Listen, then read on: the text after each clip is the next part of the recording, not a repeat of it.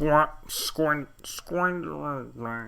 think this final is the best thing to happen for the Champions Cup and potentially for club rugby in Europe in general in a very, very long time, right? For the first time in 5 years, neither Leinster nor Toulouse have made the final. On top of that, Bordeaux are just the second first-time finalist since 2014. Wow. In 11 years. Northampton are not a new finalist. They obviously won it back in the 90s, but they haven't made a final since 2011. In the time since then, do you know how many teams have made the Champions Cup final since they last made it? Right, that's 14 years. I don't think it's that many. I think that we're looking at about 8 or 9 teams. 8 teams. That's mad. Only 8 teams until this year. It's now up to 10, thanks to this final, right? It's shown that anything can happen. The 2 favourites in Leinster and Toulouse both knocked out the semi-finals. We want to break down and go through how we think this final is going to go based on both those semis and these teams' form and how they're going to face off against each other, because that's the really interesting question. These are 2 teams that love to play ball, but in very, very different manners. Union Bordeaux-Bègles, they love to put pace on the ball. Yeah. They love to spread the ball and they love unstructured scenarios, right?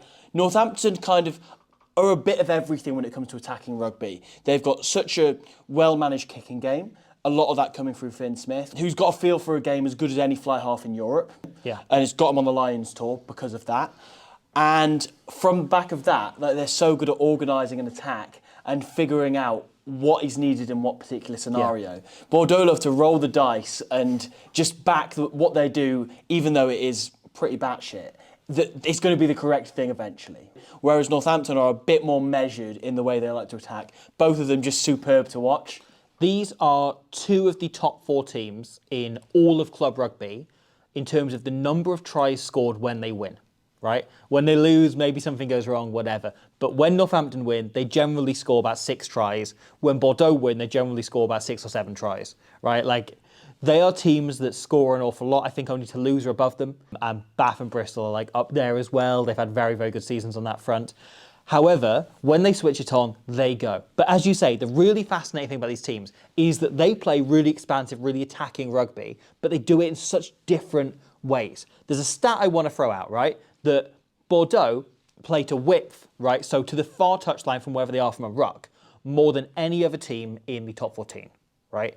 And I think they're second only to Bristol in Europe in general over the course of this season. Northampton play to width less than anyone else in the Premiership. Really? Yeah. Northampton generally play their rugby into the middle, or they hit up an awful lot. They play an awful lot of rugby from the central positions. That's right? mad when you consider how many tries Tommy Freeman and Ollie Slightholme rack up generally, and the likes of George Furbank, James Ram. Like, they get so much good ball to edges, but clearly, from what you're saying, it's not, you know, they never waste an opportunity. They're also, right, Bordeaux play to the blind side less than anyone else in the top 14. Northampton are second bottom in the Premiership. Like, we are looking at teams that generally do play open side, but Northampton tend to be patterned play and little bits trying to open you up more central, where Bordeaux play to width and they do an awful lot of passing, an awful lot of getting the ball wide. That's really interesting. The first thing that comes to my mind as we discuss this is, do you think this is going to be a high-scoring game? Yes, I do. Naturally you do, but there's a part of you that wonders whether they're both going to kind of cancel each other out and make each other like force so many errors. I think if this is a tight game, it is Northampton's. Yeah. We have seen Northampton have the capacity to win all styles of game. We saw it in an awful lot of last season. We've seen it in their run into this final now, in terms of them being able to close out tight games when the pressure is on. Finn Smith is superb at this and will be only so much better for the Six Nations and then for this campaign afterwards. Yeah, and now Alex Mitchell has really added that to his game. Absolutely. That temperament. Bordeaux, on the other hand, and I spoke to a Bordeaux fan earlier today who agreed with this idea, that they are not good at winning tight games. What they do is win games by 30, 40 points. And sometimes those are games you expect to be tight, where they're against evenly matched teams, and they'll blow them away. We saw that against Toulouse in the semi-final. Generally, that is what they look to do, is they play this incredibly beautiful style of rugby that is so, so good to watch. And they get the likes of BLBRA, they get the likes of Damien Penaud into the game. And we're hoping Penaud will be fit. You'll probably know by the time this video goes out. At the minute, we're going to work on the assumption he is going to be fit. That's what he's saying at the minute.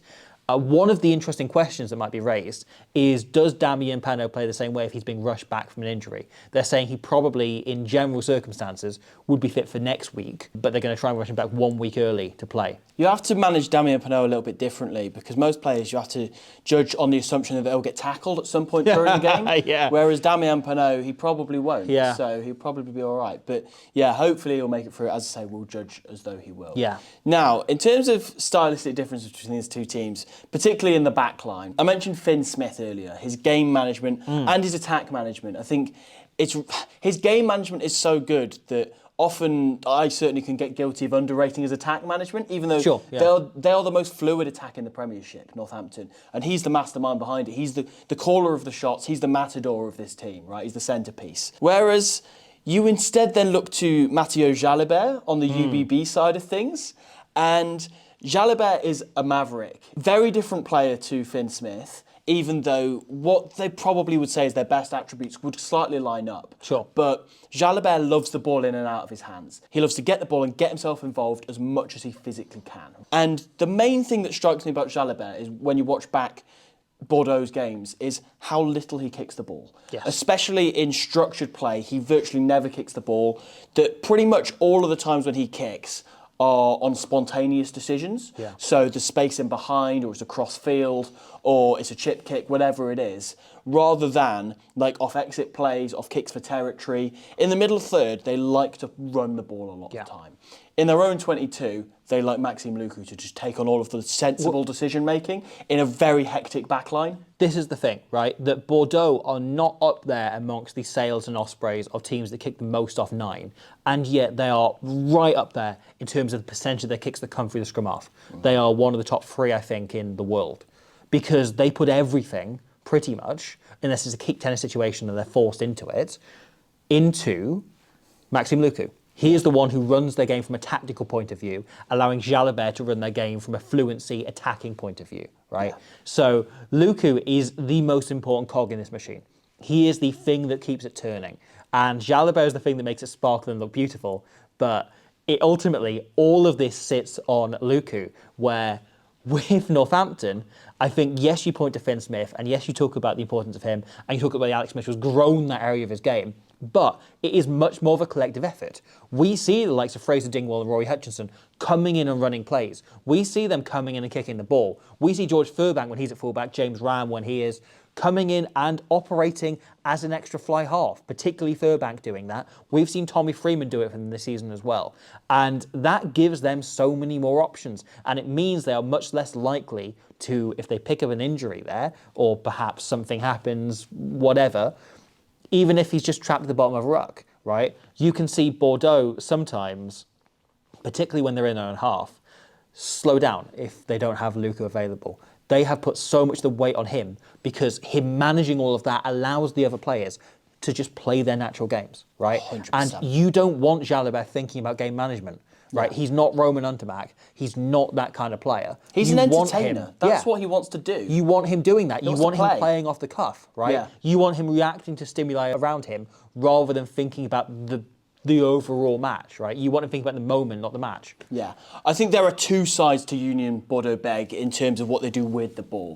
One of them is the kicking game and how they manage that. And the other one is when they get the ball back, what that means. Yes. I want to look a little bit at the first side of that first. So Maxime Lucu, as you mentioned, is the centrepiece of this. He is the king in chess terms of this. The guy that they need to protect and make sure that he is there to organise everything around it. Obviously, he's the captain as well for UBB, so really, really important player. Looking at the second half of the game against Leicester Tigers, where Leicester gave them a real shock in the first half, and then Bordeaux did that thing that they are known to do that you mentioned earlier, where they just pull away. And a lot of it comes out of how they get themselves out of trouble. So you look here, in their own 22, Maxime Lucu spanks this long. They get really aggressive on the kick chase. Leicester run the ball back at them, and they have a decent attacking set out of this, but Bordeaux eventually win the ball back. Fine, whatever. Now, next time, they're in a similar position, a little bit further up the pitch, but once again, on the right-hand side, Maxime Lucu, this time, shapes to go for the really long kick, and he puts it somewhere between a lengthy kick and a contestable kick. And it's perfectly in this pocket here for Damien Penaud to run onto. He regathers it. They end up going up the field, a couple more phases, a big carry from Ben Tamafuna, and a cross-field kick. Pete Samu scores in the corner. Can Ben Tamafuna do any other kind of carry? No, he can't. Any other kind of anything? No, he can't. Now, next time, Maxime Lucu goes for a little dink chip over the top. And once again, this creates a completely chaotic scenario. Leicester actually win the ball back, but immediately chuck it to LBB, who wins an intercept and nearly scores himself from a chip kick because he's Louis Bielbiaré, it's his trademark.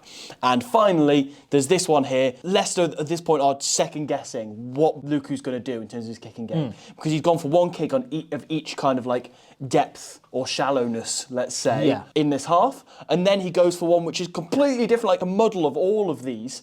And the backfield don't even advance to try and take this ball. It's the defensive line are going back to try and catch it. And they catch it, but they end up going backwards still. And it's a really difficult situation because you're asking like hookers and props and whoever to catch high balls, which they're not asked to do, and they're under loads of pressure.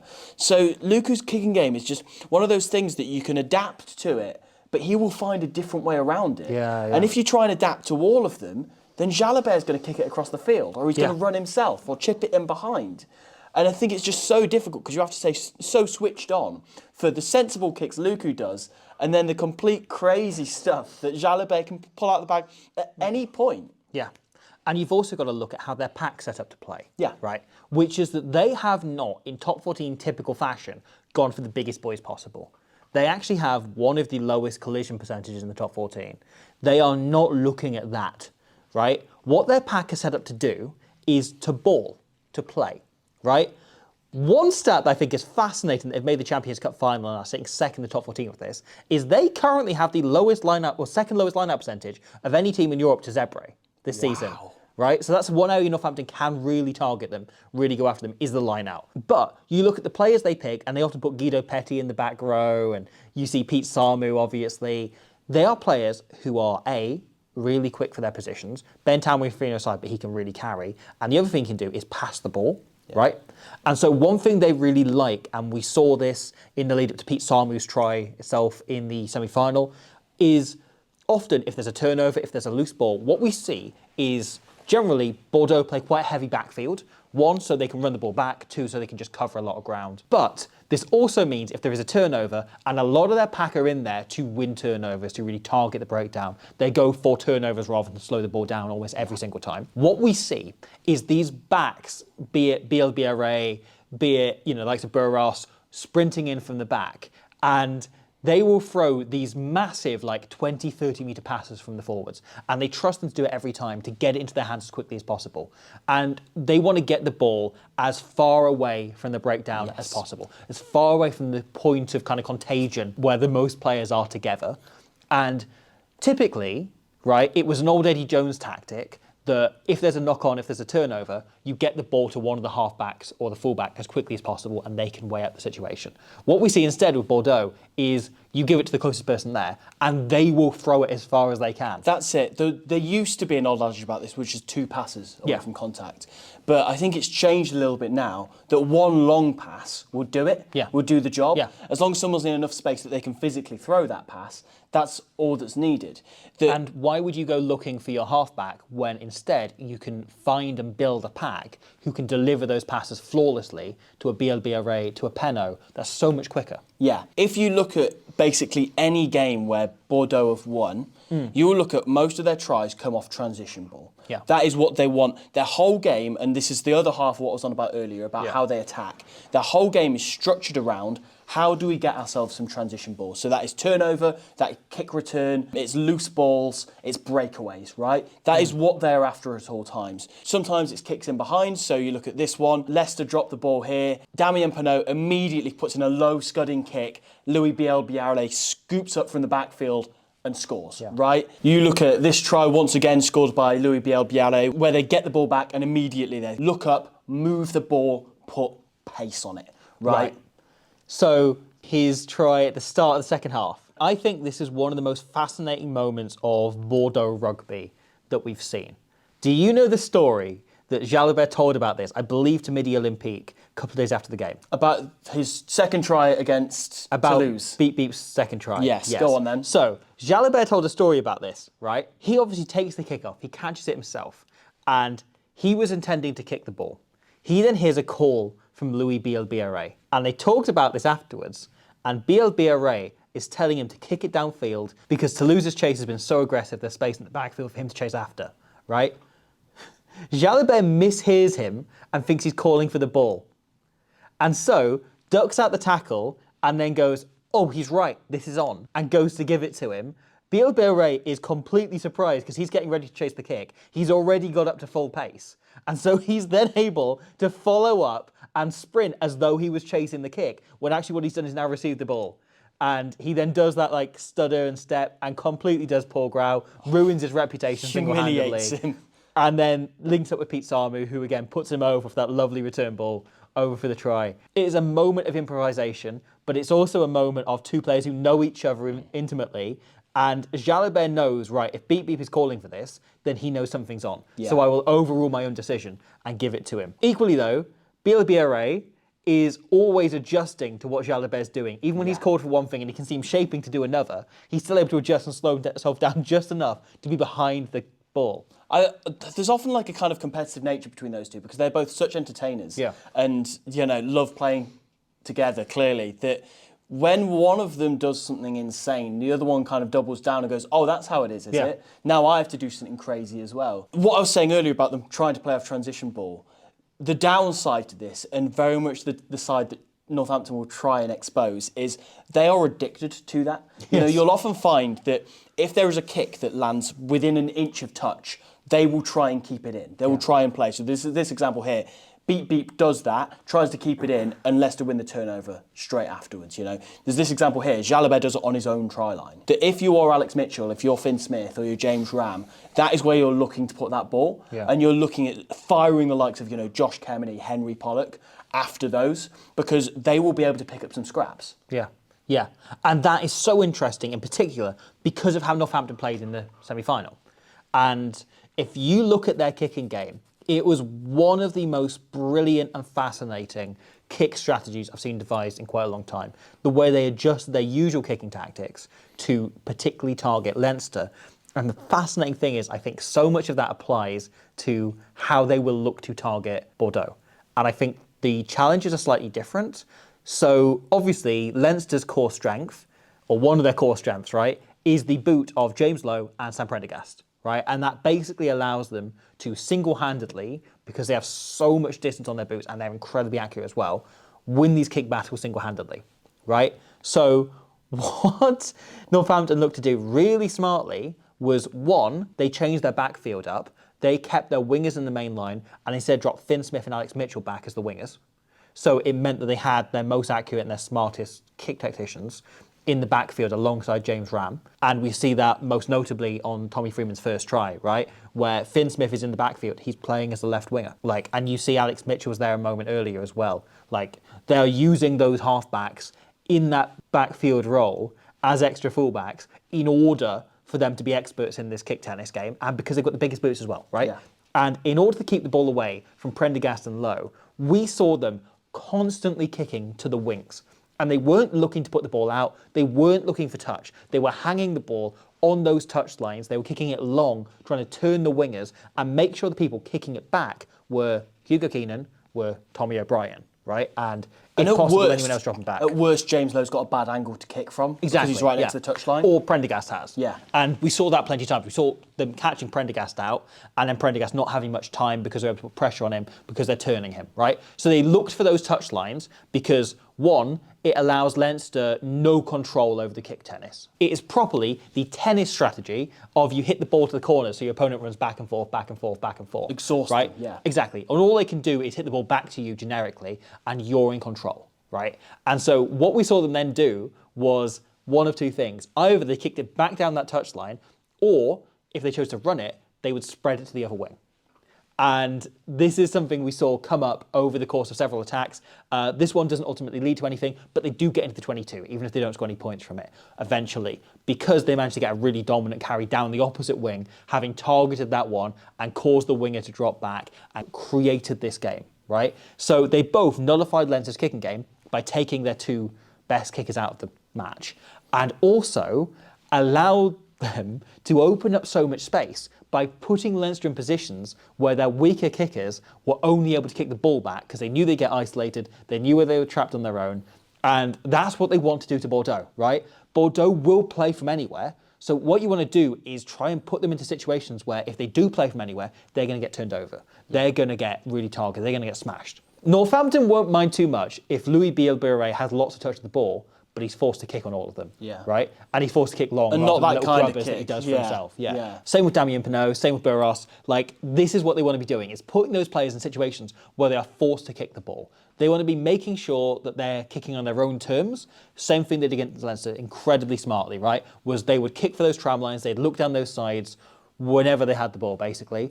They would try and pin Leinster back, so Leinster were always trying to get out of their own half.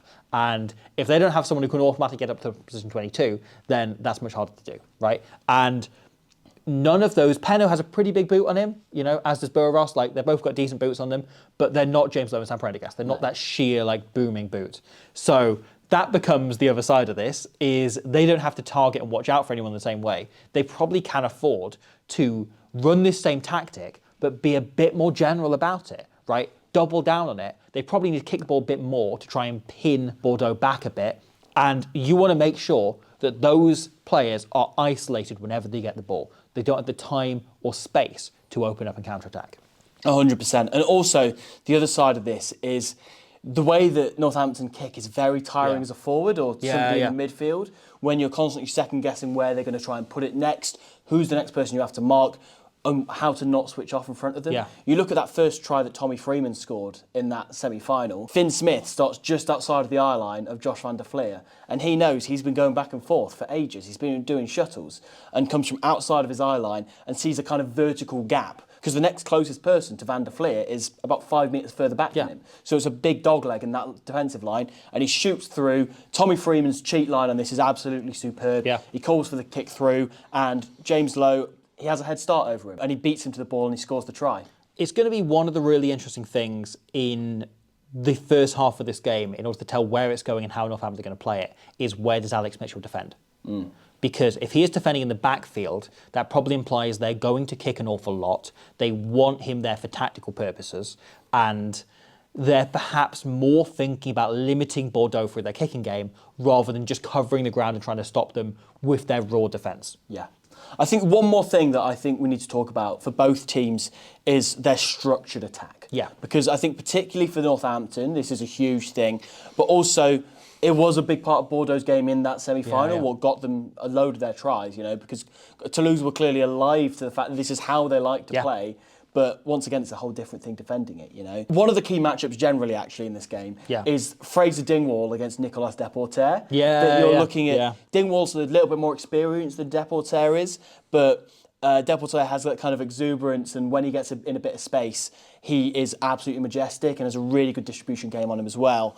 But Fraser Dingwall, I think, manages attacks so well. If Finn Smith's on the floor on the far side of the pitch, it's something that Dingwall's just such an all-rounder. You look at the try James Ram scored in the semi-final, and it's all actually managed by Dingwall. And it took me until about the third or fourth time watching it to realise this wasn't Finn Smith doing this. And I really like the way he does this. He essentially baits out Alex Coles really, really flat to the defensive line, and Dingwall is so deep off him. He gives himself so much time on the ball. And then everyone outside of Dingwall, if you just freeze frame this, everyone's so flat on him. And so naturally, all of the Leinster players are going, well, we know exactly where this is going. This is going to Dingwall. And Coles' touch on his ball is lovely as he pulls it back. Everyone guns for Dingwall. Hugo Keenan slightly overruns this because he's going, well, he's just going to shit himself and just go for a little tip on. Instead, Dingwall just lobs it over the top of all of them, and Ram just curves on the outside, takes it and scores. Because Leinster try and umbrella that defence, but a little bit of rain seeps through the outside. One other stat I want to bring up is this is the team at the bottom for the Premiership and for the top 14 in terms of how often they maul the ball. We are looking at teams who try and score through their backs, who very much focus on that as their area. We're also looking at teams with very good kicking games. Yeah. And I would throw on top of that very, very good breakdowns.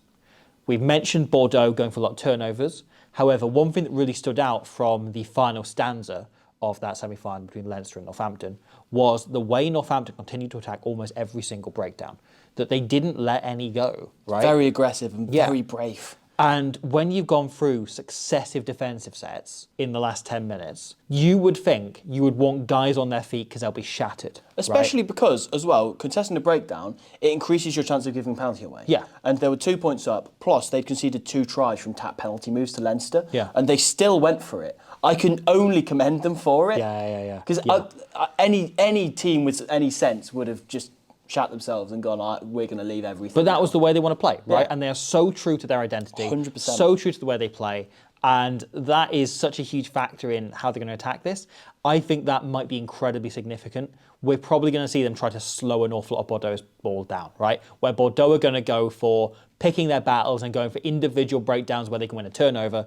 We're going to look at Northampton going after everything to slow their ball down and make sure they can't get that ball wide in the first the place. likes of They Wano can spread their Augustus, defence out. Josh Kemeny, Henry Pollock, all exceptional. Josh Kemeny is having an outstanding season. Yeah, and Wano Augustus as well, we've not mentioned enough, but both sides of the ball, it's just, he is a pain in the arse for Bordeaux.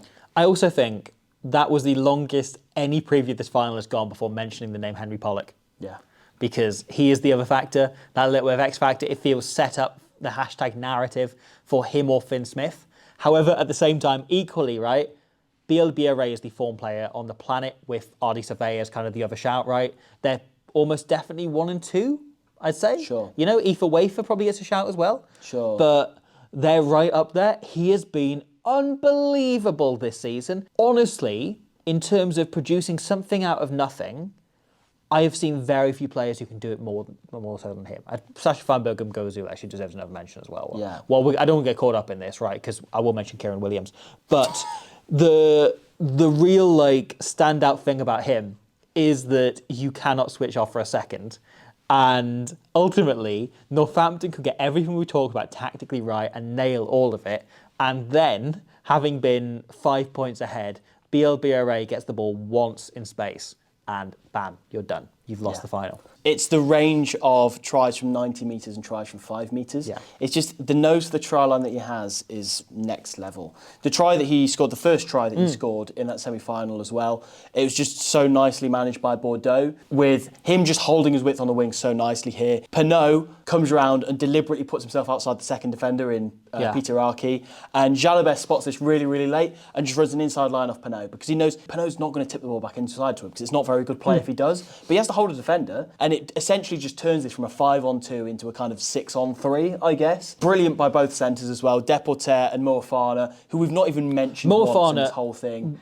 Played the best rugby of his career this last few months. And the two of them just completely overload the last defender for Toulouse in Capuozzo. Pinot just gets the ball straight in and out of his hands, across the face. Biel dives in the corner. Moments like that, both of those two wingers are capable of both structured play and that transition ball that I've mentioned 1,000 times in this video. It's so hard to call this game. Yeah. You asked me earlier before we started recording, do you have any instinct whatsoever of who's going to win this? And without missing a beat, I said no. Yeah, I think it's potentially even tighter than Leinster Toulouse would have been. Yeah. Because those are two teams that met last year. You've got a lot of narrative around Leinster. This instead is two teams who are fresh into it. For them, this is the big day. This is their Everest, right? Yeah. Toulouse and Leinster have been here before. They've got baggage around that. They've got history. Northampton and Bordeaux don't. This is it. This is the biggest day of these players' lives from a club point of view, right? This is the dream. And no one has been able to have that dream except for Leinster, Toulouse and La Rochelle for years, right? So suddenly, they have reawoken the European dream. I think there's going to be players from a lot of other clubs also looking at this and going why not us? Which critically was Sam Vesti's phrase, right? He brought this up when they got into the quarterfinals. His phrase was, why not us? I was just about to mention this why not us thing because you've got to say Northampton played their final a couple of weeks ago, but they've had some rest and they've let it sink in. Yeah. They've had 4 lads picked for the Lions since then. They've got a new lease of life. Critically, Northampton have rested pretty much the entire team for 2 weeks in a row. They had bloody Tom James playing 10, which I didn't know he could do. No, last exceptional week, player, but yeah. I didn't know he was a fly-half. They have been throwing all their eggs in this basket. Bordeaux rested them all the weekend after, but they put a lot of their players back out last weekend. For both of them, it would be the fairy tale finish. Yeah. That's what I love about this. You know, because you look at both of these teams, the semi-final was the bit where it's like, oh, we've been written off because we're playing against the favourites or whatever. And this time, it's a proper battle. They're just going to fire shots at each other all day long. The thing I love about this is it's two teams going in with the same narrative, the same thing they want, the same dream. The story will be the same regardless of who wins it. Yeah. And it is so exciting to see two teams going with equal motivation, with equal reasoning, with equal preparation, with equal, like, obviously, Bordeaux have a bigger budget and bigger resources, but we have seen their squad stretch slightly more. They play more games this season. As I say, like a lot of their first team, the team that will play this weekend, played against Castres at the weekend. So will that put some like lead in the legs? We don't know. Or is it good for continuity? Yeah, exactly. Is it that they're fit, right? Will there be some rustiness in these Northampton players for the fact they have had 2 weeks off, an awful lot of them? Yeah. I can't wait because, Me neither. As you say, the one thing that you're betting on for this game is a lot of points to be scored or a lot of line breaks to be made or just something mental to happen. And I'm sorry you can't put that on official betting apps, just something crazy to happen. But guess what? Mathieu Jalibert's playing. It's so exciting. Yeah. It's so exciting.